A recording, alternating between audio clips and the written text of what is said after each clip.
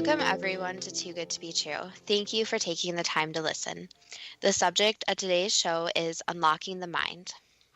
In the interest of time, we will just jump to two important disclaimers. Here are the two disclaimers. In this episode, by reviewing information in the public domain, we are trying to arrive at some understanding of current knowledge of how the mind can be affected. Activity outside that of normal everyday living, which can affect the mind, should only be done under the supervision of a licensed or certified professional. We will be talking about substances that will affect brain function. Whether substances are controlled or not, the introduction of any drug into the body needs to be done by prescription signed by a qualified licensed medical doctor. For substances over the counter and not on prescription, their use also needs to be done under the supervision of a qualified licensed medical doctor. Any use of any controlled substance is subject to applicable laws and statutes, which need to be complied with at all times. Today's subject is your suggestion. Unlocking the mind is right out of my comfort zone. Some time ago, I told you that you should watch the movie Lucy, released in 2014, starring Scarlett Johansson. You haven't seen it yet, have you? Not yet, but I do know that it's about a young woman who accidentally achieves increased mental powers. There's an implicit assumption that the human mind has not reached anywhere near its full potential. Where do you think that assumption comes from? I think it comes from what is known as the 10% of the brain myth. Here's a quote from Wikipedia. Quote, "The 10% of the brain myth is a widely perpetuated urban legend that most of all humans only use 10% or some other small percentage of their brains. It has been misattributed to many people, including Albert Einstein. By extrapolation, it is suggested that a person may harness this unused potential and increase intelligence," unquote. Aren't there stories of people with diminished brains who are able to live reasonably normal? Here's part of an article from the Irish Times from 2006. Quote, "More than 20 years ago, the campus doctor at Sheffield University was treating a student of mathematics for a minor ailment. The student was bright, having an IQ of 126. The doctor noticed that the student's head seemed a little larger than normal, and he referred him to Dr. Lorber for further examination. Dr. Lorber examined the boy's head by CAT scan to discover that the student had virtually no brain. The normal brain consists of two hemispheres that fill the cranial cavity, some 4.5 centimeters deep.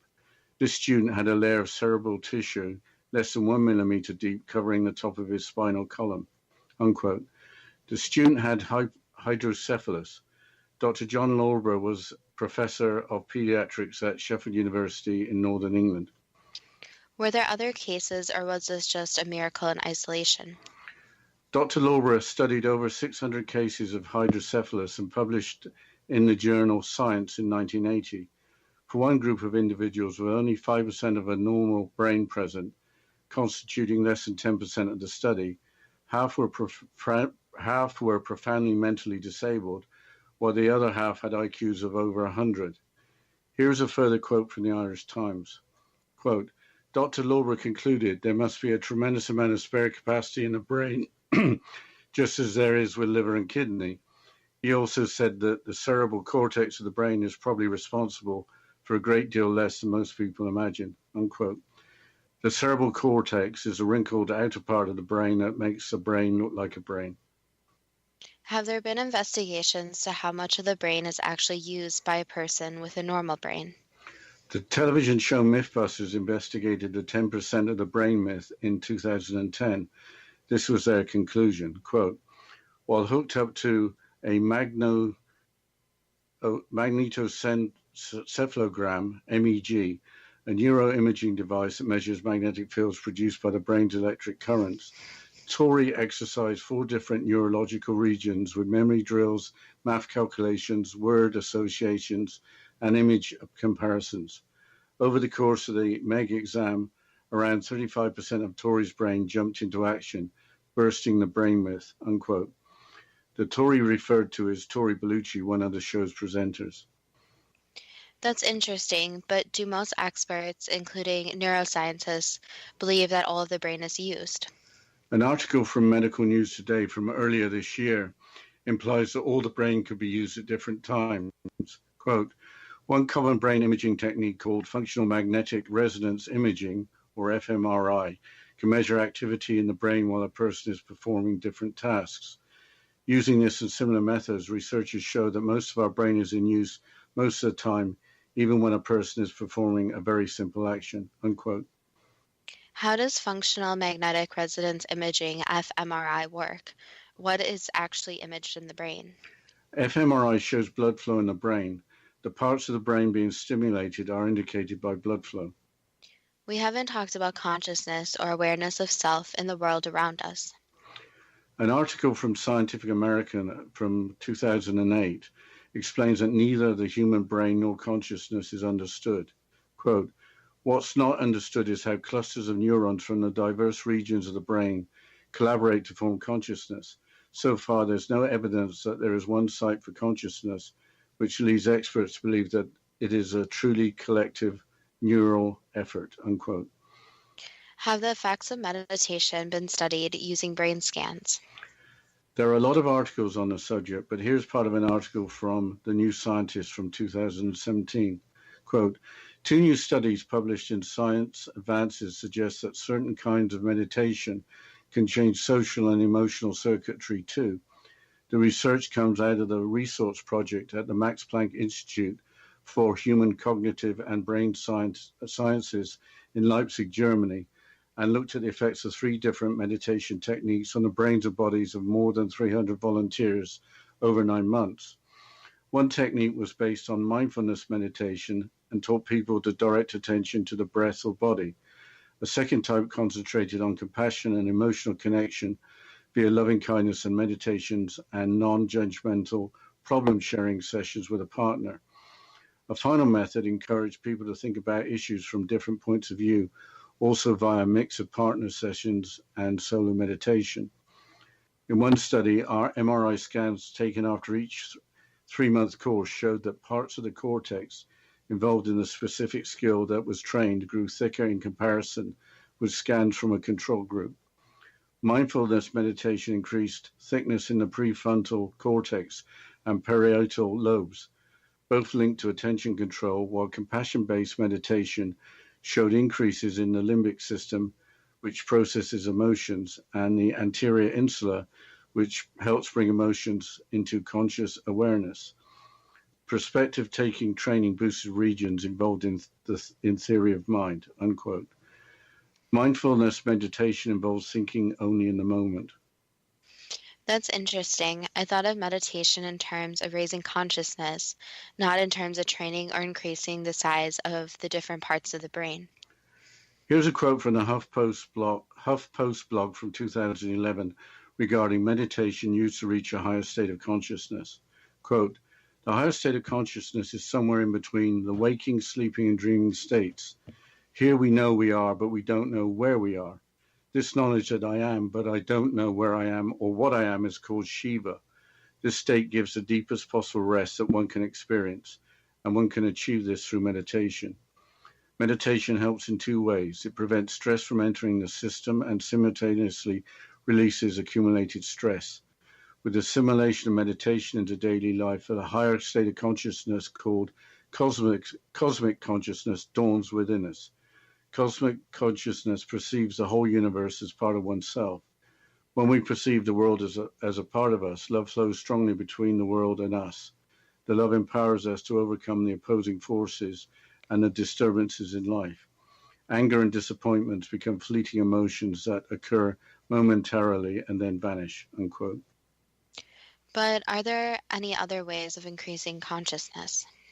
In 2017, there were multiple articles in the British press regarding a new scientific study that has found evidence that taking psychedelic drugs might have induced different levels of consciousness.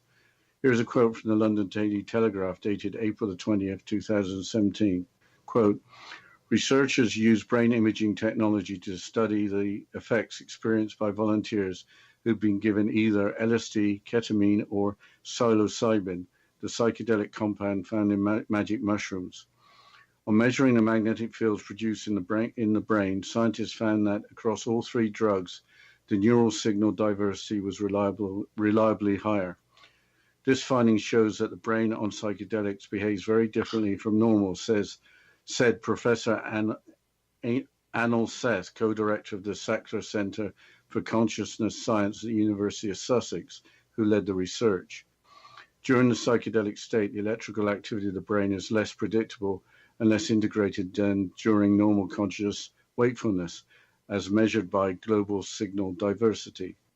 Since this measure has already shown its value as a measure of conscious level, we can say that the psychedelic state appears as a higher level of consciousness than normal, but only with respect to this specific mathematical measure. Ketamine is a medication mainly used for starting and maintaining anesthesia and is used extensively in veterinary medicine. We'll have to continue talking about this point and more about unlocking the mind and understanding the mind after the short break. And you're listening to Too Good to Be True with Justina Marsh and Pete Marsh on the X Zone Broadcast Network, www.xzbn.net.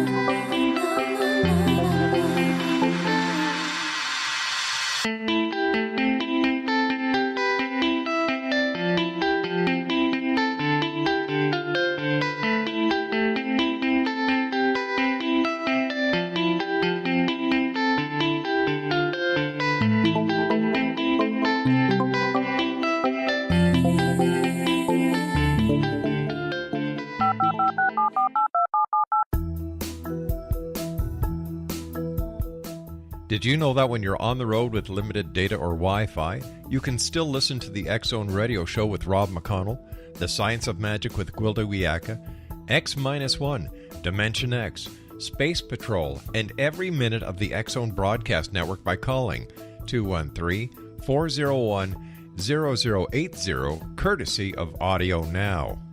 No smartphone, app, or internet needed. It saves your data plan and it's free if you have unlimited minutes. Call 213-401-0080 to listen on any phone, anytime, anywhere.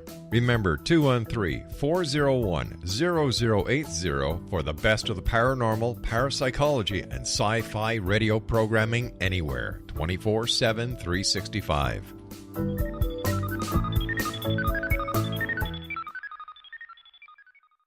You have heard of the X Zone?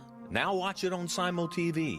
Plus 500 video games, live TV channels, free video on demand, worldwide, and more.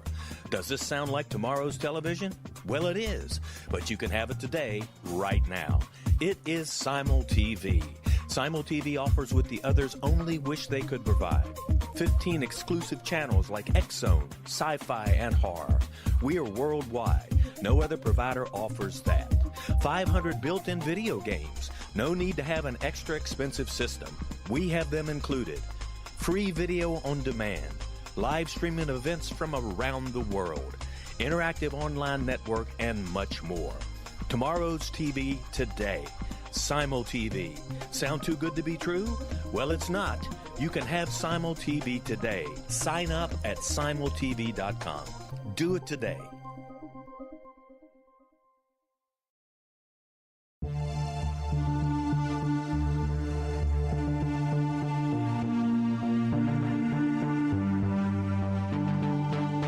We live in rapidly shifting times of extreme volatility and uncertainty. Such profound change brings a unique opportunity for the evolution of consciousness. I'm Gwilda Wiyaka, host of Mission Evolution Radio Show, a program that explores the latest scientific developments and deepening spiritual truths supporting human evolution.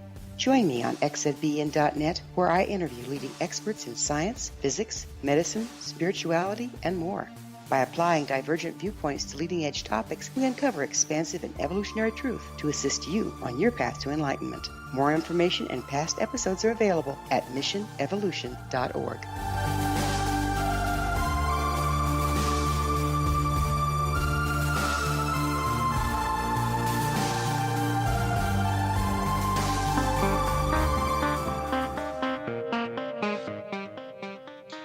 Welcome back to Too Good to Be True. And before the break, we were discussing increasing consciousness and different ways. And one way we were discussing is by psychedelic drugs. And on the subject of psilocybin, the psychedelic compound found in magic mushrooms. But what other herbs or plants are supposed to also help raise consciousness? Ayahuasca, a plant-based preparation from the Amazon used by shamans, is the consciousness raiser I've heard about the most. Here's a description from a news article on the BBC website from 2014. Quote, ayahuasca, also known as yage, is a blend of two plants, the ayahuasca vine and a shrub called chacruna, which contains a hallucinogenic drug dimethyltryptamine, or DMT, and therefore ayahuasca is illegal in the UK, the US, and many other countries, unquote. What does the DMT and ayahuasca do to the mind? Here's part of an article from the website Motherboard from 2016.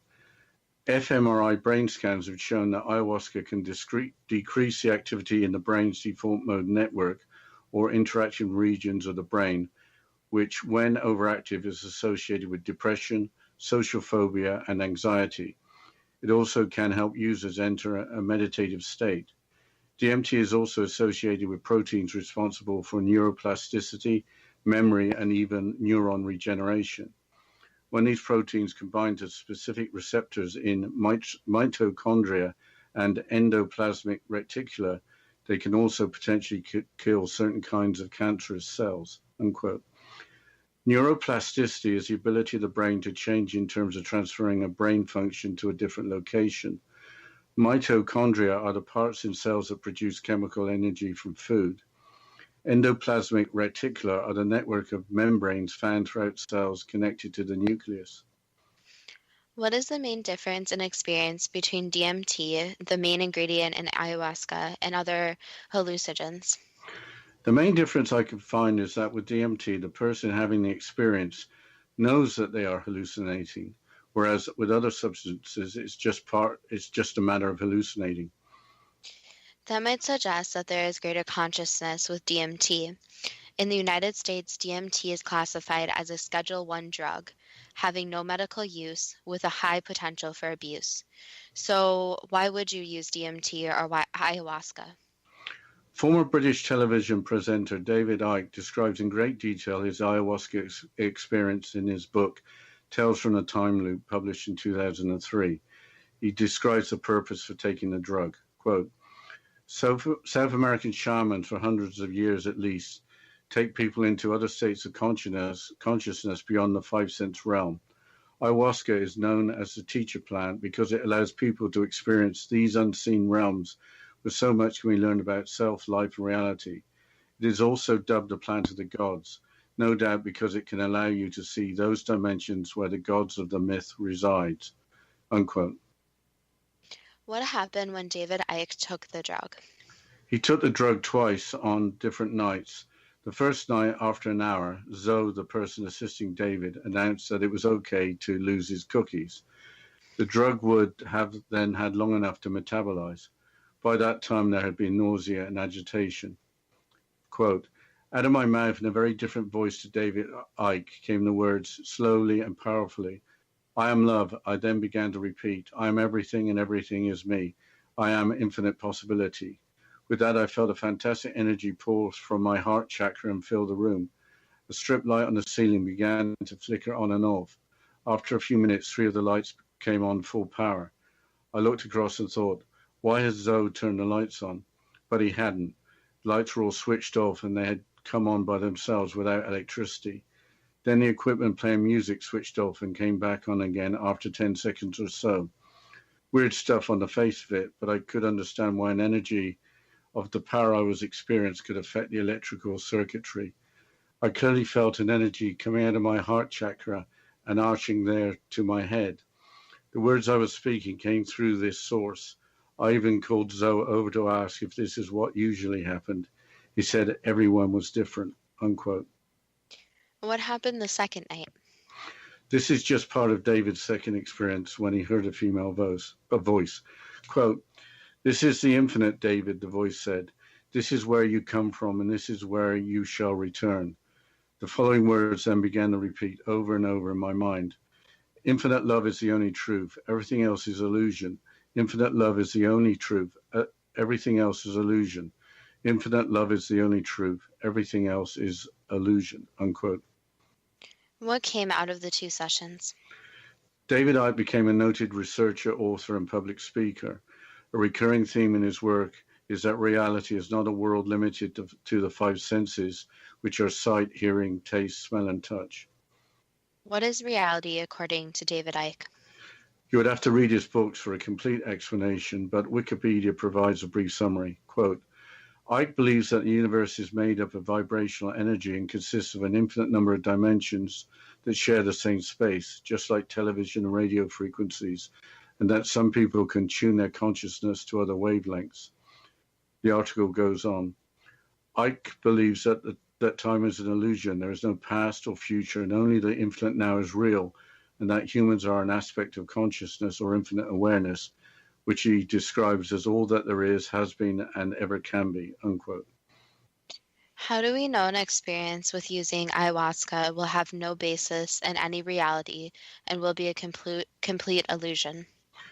We don't, but so far we've concentrated on the brain. We should also look at the heart. You don't think with your heart, you think with your brain, which allows you to have the 5 senses.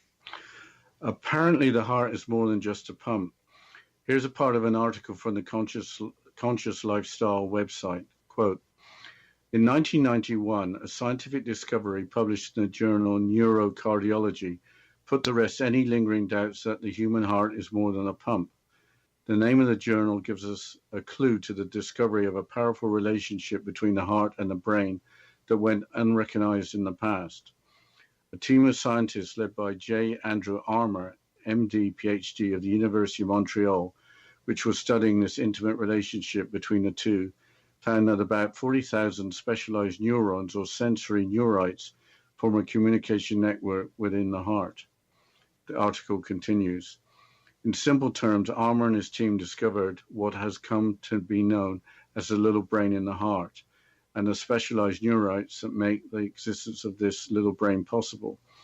As the scientists who made the discovery say in a report, the heart brain is an intricate network of nerves, neurotransmitters, proteins, and support cells similar to those found in the brain proper, unquote. There was mention of a heart chakra earlier when we were quoting the effects of ayahuasca.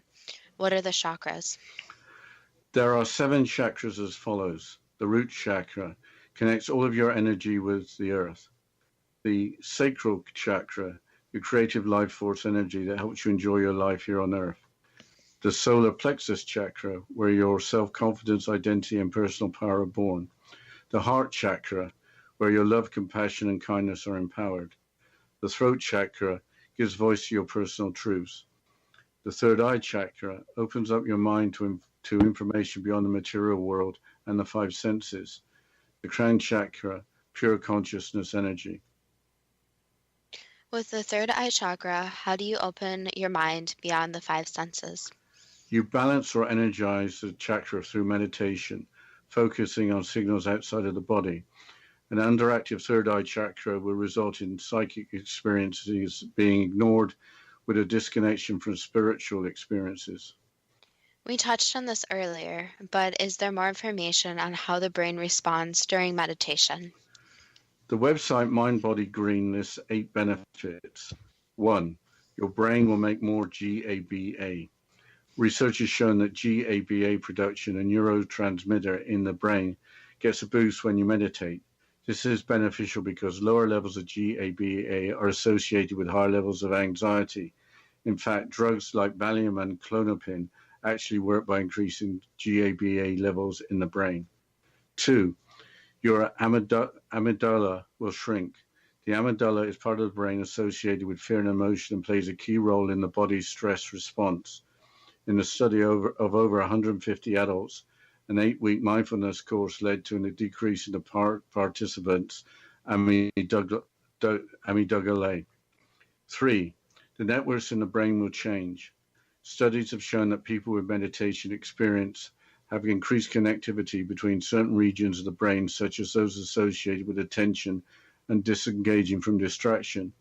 These also happen to be some of the fundamental principles of a meditation practice. 4, your senses will get a workout. Long-term meditators often demonstrate an increase in gray matter in the parts of the brain responsible for feeling and hearing.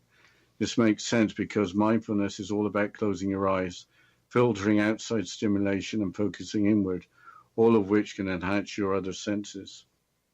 5, your mind will look more youthful. The cortex is part of the brain. The cortex is the part of the brain that shrinks as we age. But in one study, 50-year-old meditators appear to have the same amount of gray matter in this region as a 25-year-old. To us, this seems like a reason enough to start establishing a daily practice.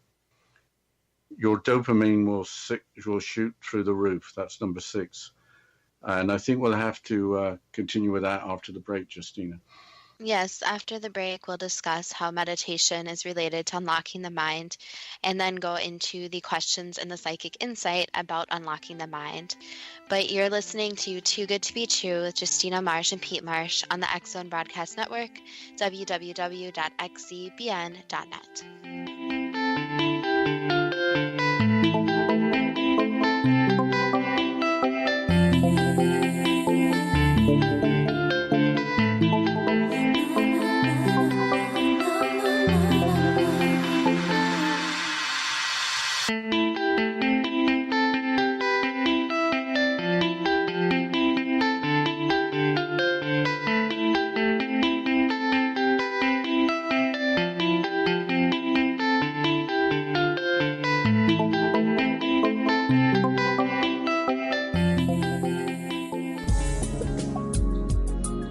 Broadcast studios in Hamilton, Ontario, Canada, to the world and beyond.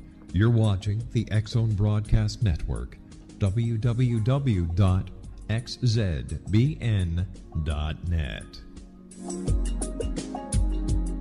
AVS Media Demo. You have heard of the X Zone?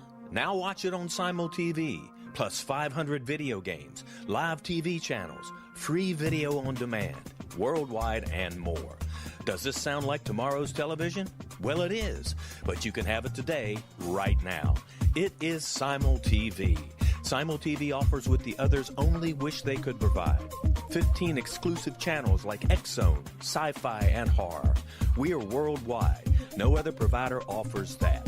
500 built-in video games. No need to have an extra expensive system. We have them included. Free video on demand. Live streaming events from around the world, interactive online network, and much more. Tomorrow's TV today. Simul TV. Sound too good to be true? Well, it's not. You can have Simul TV today. Sign up at simultv.com. Do it today.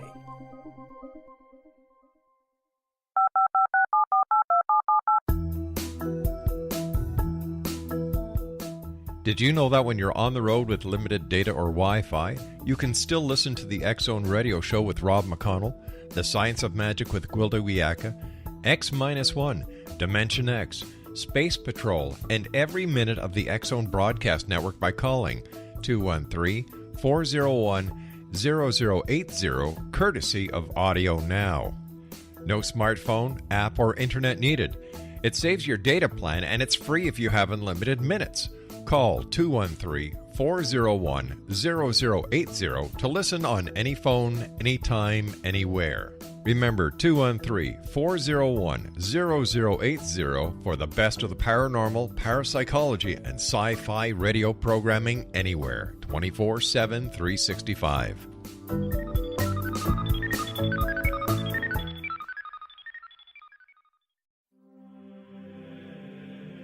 Rob McConnell here, presenting an overview for Nicholas Paul Jennings, author of a fascinating book, Amen.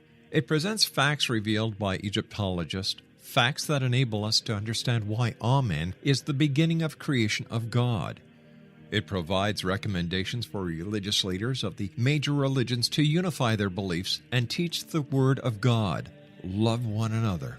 Amen informs people how mankind conceived God.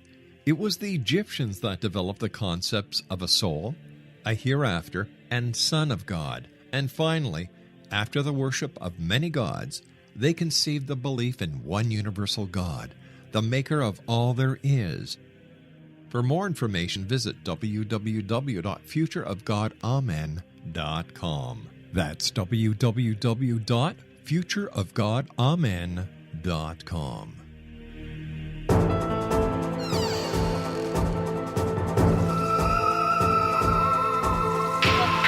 Welcome back to Too Good to Be True.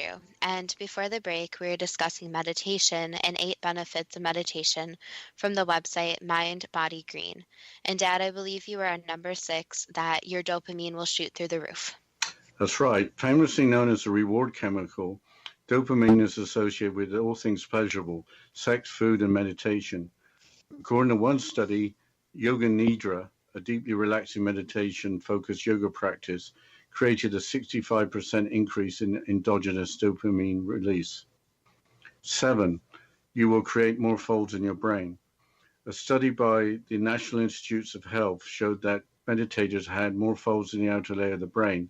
This folding is known to boost how well the brain processes information. And finally, number 8, nephrephrine levels will drop. Nephrephrine, or NE, is another neurotransmitter involved in anxiety. Studies have shown that if you compare meditators with non-meditators, people with a regular practice had lower levels of NE in their blood. Practicing meditation seems to have multiple benefits with no downside, but I think it's time for the first question. Right. What was behind the movie Lucy? Was it just a belief that we currently only use parts of our brains with the potential for using much more, or was there more to it? Yes, it was that people only use part of their brains, but there was also the concept that there is a kind of unlocking of the rest of the brain that can occur. How could a student at Sheffield University function with an IQ of 126 with virtually no brain? Because their brain functions in a different way, so it basically made up for the lost portions by rebuilding in a way.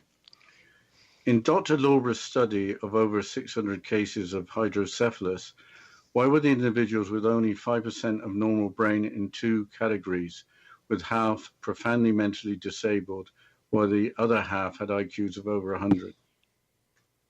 Basically, you can think of the neural pathways in the brain as a computer system.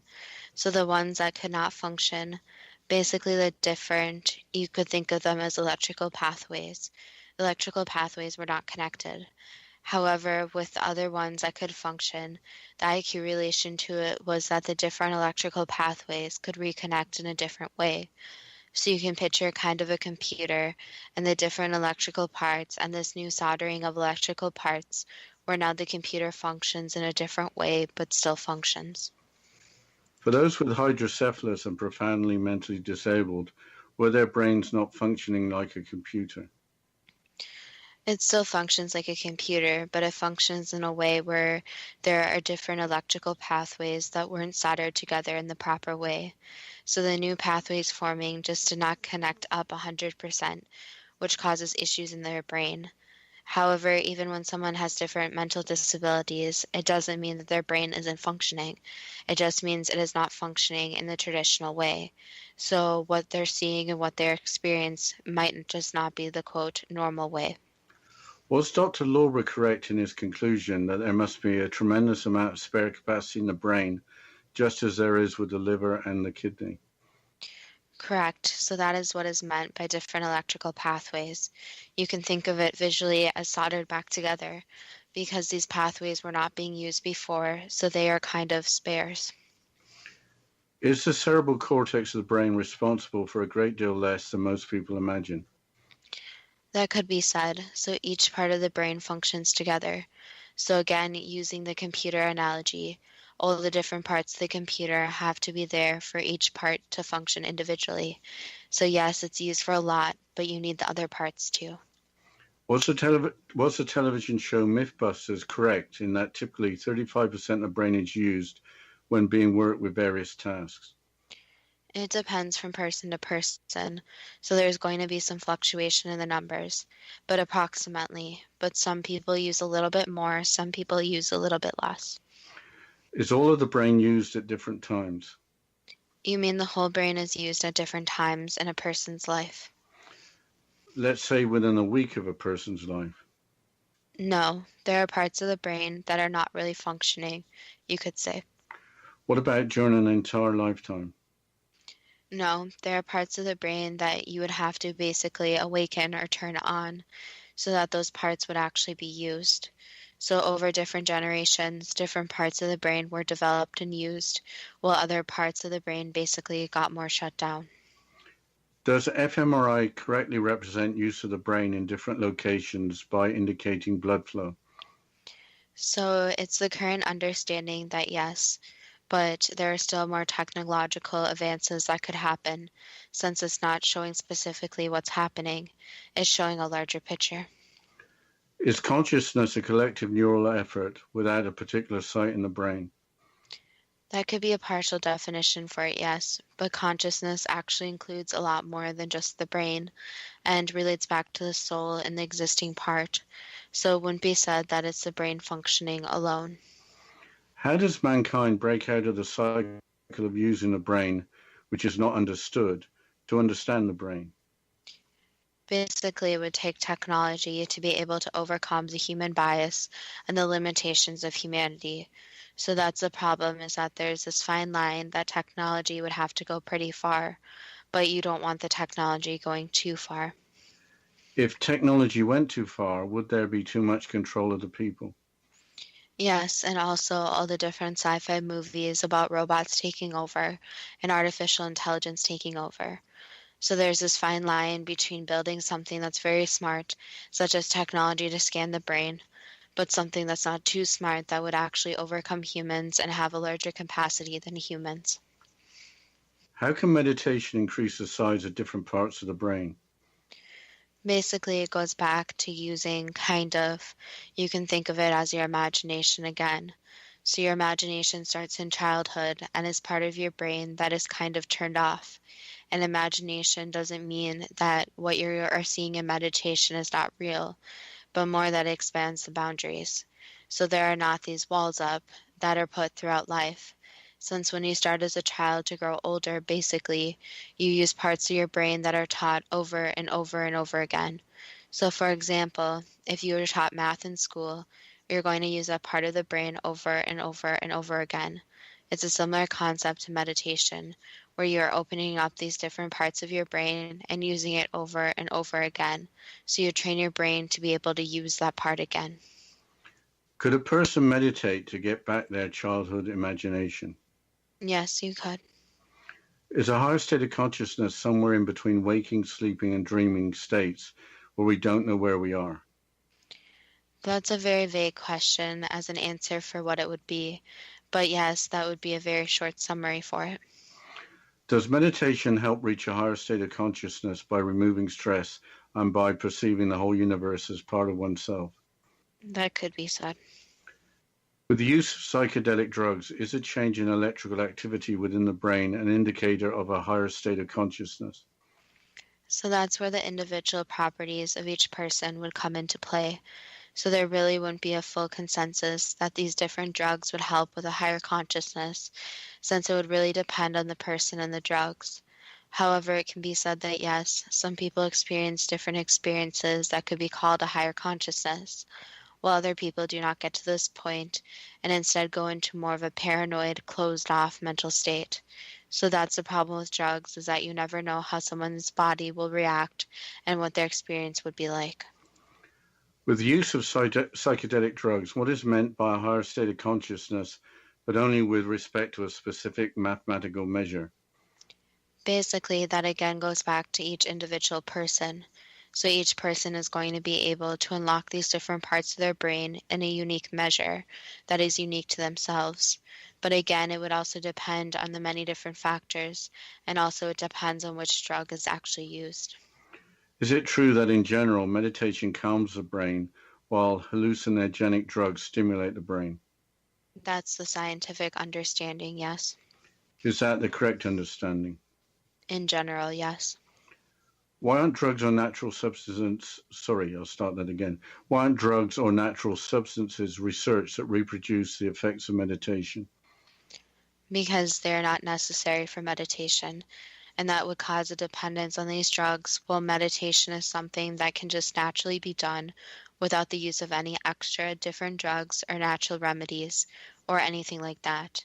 So it's something that is already inherently programmed into humans. Why is ayahuasca used by shamans in South America? Just because of their culture and traditional thinking, and it's something that does work for them.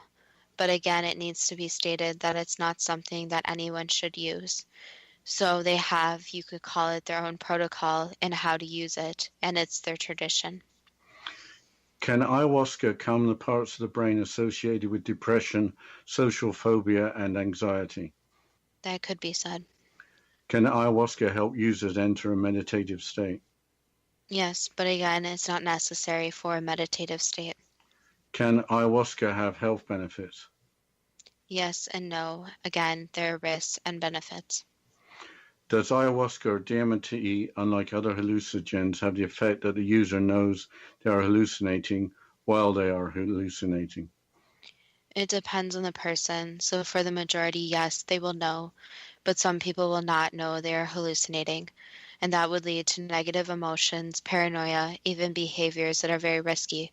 So again, it would be advised to be very careful with anything like that. I think we need to go into the break, Justina. Yes, after this short break, we'll continue with the questions and the psychic insight about unlocking the mind. And you're listening to Too Good to Be True with Justina Marsh and Pete Marsh on the X Zone Broadcast Network, www.xzbn.net.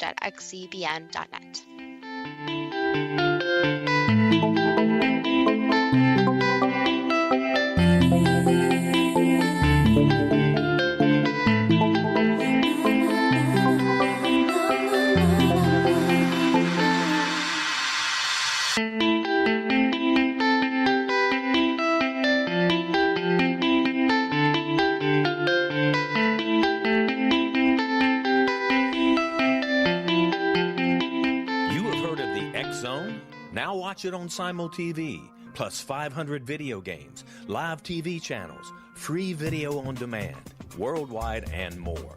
Does this sound like tomorrow's television? Well, it is, but you can have it today, right now. It is SimulTV. SimulTV offers what the others only wish they could provide. 15 exclusive channels like X-Zone, Sci-Fi, and Horror. We are worldwide. No other provider offers that. 500 built-in video games. No need to have an extra expensive system. We have them included. Free video on demand. Live streaming events from around the world. Interactive online network, and much more. Tomorrow's TV today. SimulTV. Sound too good to be true? Well, it's not. You can have SimulTV today. Sign up at simultv.com. Do it today. The new nonfiction book, Razor of Madness, is similar to cult movies like Clockwork Orange, Dragon's Tattoo, or The Other Side of Hell. Wayne Morin Jr. and Thomas Lee Howell will expose widespread and systematic deficiencies in this thought-provoking tell-all novel. Mind control rages among scholars in law schools. Human rights are ignored while thought reform and mental manipulation are accepted practices used as behavior modification. Dr. Louis Jolyon West comes to mind. Media and public scrutiny shows that United States mental hospitals are in fact destructive murder industries. Razor of Madness expose novel details this epidemic through an in-depth professional and personal investigation. For decades, there has been a revolving door policy that still releases killers and pedophiles back into society. The maestro of mind control continues to haunt America to this very day. Razor of Madness is available in paperback or as a downloadable ebook at Amazon.com.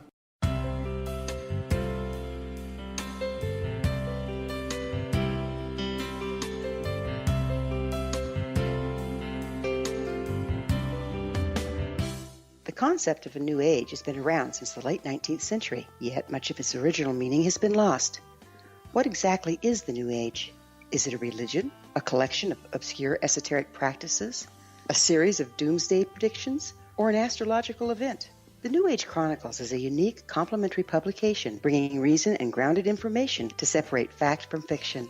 chock full of valuable information to support you as we make the monumental shift into the new era. You won't want to miss a single innovative issue. The New Age Chronicles newspaper is coming soon to www.newagechronicles.com.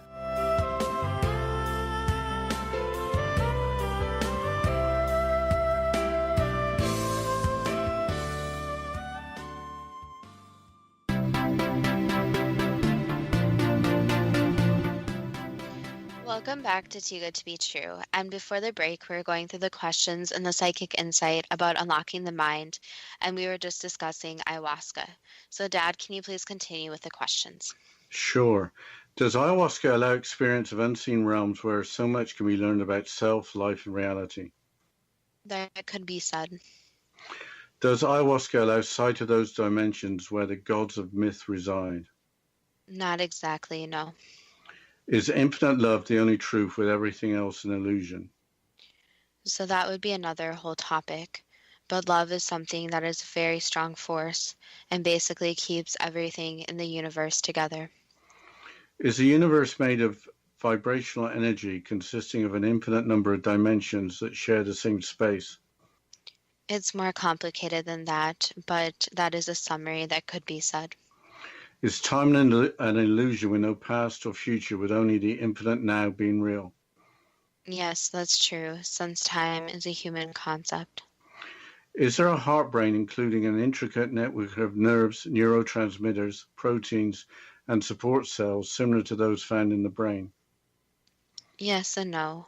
So yes, but it's more complicated, and there would have to be more study to realize how it is more complicated. What is the purpose of the heart brain? Is the heart much more than a pump? Yes, it is much more than just a pump. Can you say more about the heart being much more than a pump? It basically is where it's connected directly to the soul, so connected directly to the light in a human and to what their pure essence is. So it functions also kind of a safety net, and it also affected by different emotions. So if it was just a pump, it would not be affected by different emotions, just as the brain is affected by different emotions. Why was the discovery of the heart brain not met with more publicity, especially with the symbolism of the heart being used for love or attraction? Because there is not enough research and not enough study on it yet. So right now the consensus is that the heart's very important, but it goes back to the different individual beliefs and what people think the heart and soul really are. So it's tricky when this goes into religion and spirituality. What happens when there's a heart transplant? Does that change the connection with the soul? So basically when there's a heart transplant, then there's a little bit of, you can think of it as a soul living there, it leaves. And there are kind of remaining fragments. So there are small little particles remaining from the soul. You can think of it visually. So when that heart is put back into a new person, the new person's soul, yes, can go to that heart, but there are also those little remaining particles from the previous person. So that's why even other transplants with different organs sometimes lead to small little differences in the person. But the thing with the soul, since it's energy, it can be transferred very easily. But with a brain, it's even more complicated because that has consciousness. And that also would be very hard to transfer from one person to another. So transferring a brain from one person to another would not be a very smart idea. Are there 7 chakras in the body from the root chakra to the crown chakra? That can be said, yes. Can you help unlock the mind by balancing the energy of the chakras? Balancing energy helps the body overall, and yes, that could be one of the ways for where you try to open up your brain more. During meditation, can your brain make more GABA? That could be said. With meditation over time, can the amygdala shrink? In some people, yes. With meditation over time, can there be increased connectivity between certain regions of the brain, such as those associated with attention and disengaging from distraction? Yes. Can long-term meditation increase gray matter in the parts of the brain responsible for feeling and hearing? Yes. Can long-term meditation make the brain appear more youthful with restoration of gray matter? Not really youthful, but it can appear similar, but it's not reversing aging, no. So yes, it's benefiting the body, but it's not going back in time in that concept. Can meditation have the effect of increasing endogenous or internal dopamine release? Yes. Can long-term meditation create more folds in the brain? Yes, but other factors can too. Can regular meditation reduce anxiety by decreasing norepinephrine in the blood? For some people, yes, but for some others, if they already have this anxiety, it would be hard to get into the meditative state. Can the use of ayahuasca or other hallucinogens help unlock the mind by balancing the energy of the chakras? This can be done without these, so it's not necessary for these drugs. What can be achieved by use of ayahuasca or other hallucinogens that can't be achieved by meditation? Basically, the hallucinations would be different, but they also could be very dangerous. So in meditation, there's more of a control. There's this consciousness that you know you're meditating. But with these drugs, consciousness can just go out of a person, and a person may not actually know that they're in a hallucination. So basically, it would be more of a full body experience compared to meditation. However, the person may also engage in more risky behaviors, say or do things they don't normally do, and also find it very hard to come down from the hallucination. Is there the possibility of unlocking the mind by using more of the brain? Yes. So this would have to be done over generations, though, since to fully unlock the brain, it would take a lot more study, and it would also take a lot more of education in a different way. So focusing on the different parts of the brain, and you could even call it brain training, where you train your brain to actually use other parts instead of the parts you use on a daily basis. What is the best means for most people, especially with limited resources, to unlock their minds? Meditation, it's free. You don't have to spend any money on anything. You can do it whenever you want. You can do it in a very short time frame, from even doing it from 5 minutes up to hours. And it's something that is already out there with guided meditations. But you can also just sit there, be with oneself, and take some time for yourself and let your brain wander to where it wants to wander. What is the potential benefit from unlocking the mind? Is it the ability to use more than the five senses to experience more on the earth plane and to have experience beyond the earth plane? So that's a very complex question, but in summary, for some people, it would having these otherworldly experiences, but for other people, it would not. So it really is based on if the person is capable, if it's in their life chart, if it's something that they are basically meant to do. But unlocking the brain can also help. You could call it them in more normal ways, where a person may have more patience. They may be able to focus longer. They may be able to come up with different concepts quicker. And you could say overall their concept of the world may change and shift, where they are more positive. They have less stress. So even these small benefits compared to having otherworldly experiences would be beneficial. But it also is that over time, which parts of the human that the human actually uses their brain, which parts actually used will shift and change. And that's what happened over time, is that humans, through different civilizations, through different needs, have changed which parts of the brain they use. So it has the benefit of affecting people in the future too, if other parts can be unlocked. Can unlocking the mind be beneficial to mankind and the planet Earth? Yes, and it can also help connecting with planet Earth, being more aware of what the Earth really is, what the plants and animals are, feeling the different energies of those, and also with mankind. It can basically see things in a different perspective and increase the positive experiences and get rid of the negative experiences, where you have more positive emotions compared to the negative emotions, and also use your brain in different ways so that society can move on in a more wide range. So that goes back to imagination, where if someone can think in a different way, that means that different possibilities unlock, and then new ways that humans can build and mold and shape things can exist. What can we learn from scientific research into the effects of hallucinogens and into the effects of meditation? Basically, that there needs to be continuous research, but again, everything needs to be done in a safe environment. And also that even for the small reasons that researchers need to keep studying meditation, even for the stress relief benefits.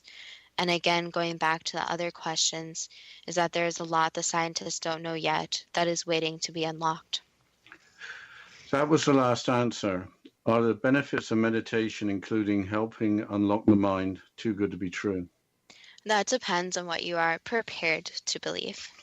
Well, that was interesting, as I always say. One angle I didn't expect was if we understood the brain better, we put ourselves at risk because there could be more artificial intelligence and we would perhaps have very unfortunate lives. So that was one aspect of all of this that I didn't see coming. And maybe it's a good thing we don't understand our brains too well.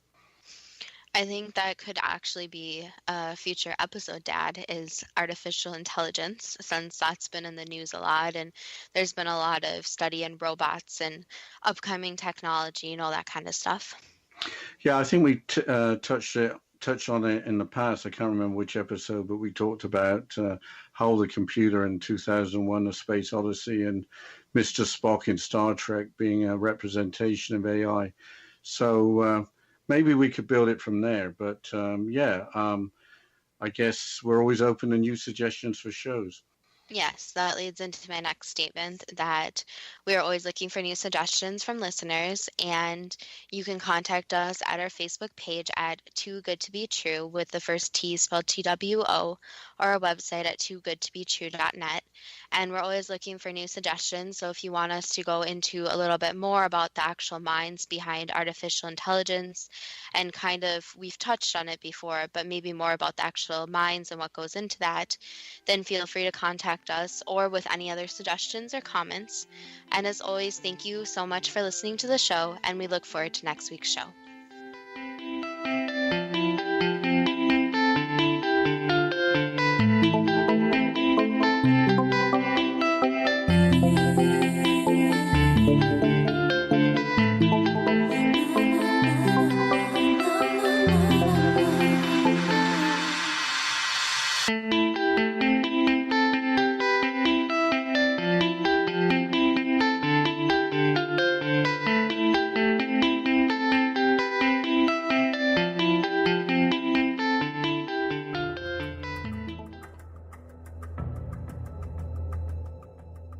Modern Esoteric, Beyond Our Senses by Brad Olson, consummates the lifeology story about where humanity originates. It is the lost continents, the primitive wisdom, the mythos of creation, and the rethinking of ancient history as we are taught in academia. There is much more to the story than what we have been told. As this is the first book in the Esoteric series, Modern Esoteric starts at the beginning of time and accelerates up to this modern age. Future Esoteric is book 2 in the series and takes a forward-looking position ahead of today with an open and honest examination of the ET issue and various unexplained phenomena. To discover the writings of author Brad Olson, visit www.bradolson.com. That's www.bradolson.com.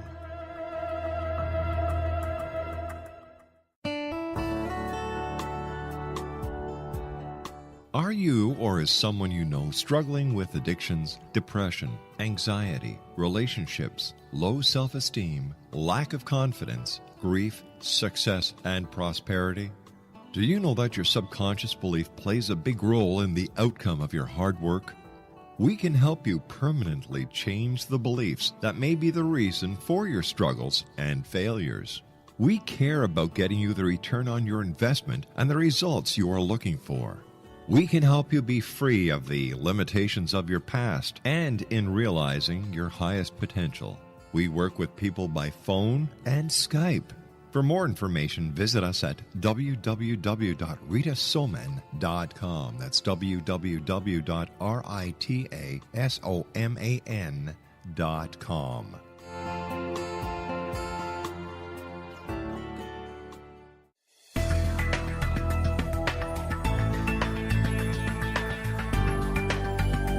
Do you think you have energy problems in your home?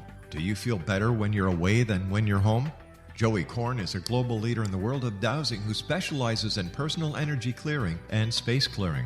He can help you create an ideal energy environment in your home no matter where you live in the world. Learn about his remote spiritual house cleaning services and much more at www.dowsers.com. You can get Joey's book, Dowsing, A Path to Enlightenment, as well as other dowsing books and tools, Kabbalah books, and Walter Russell books.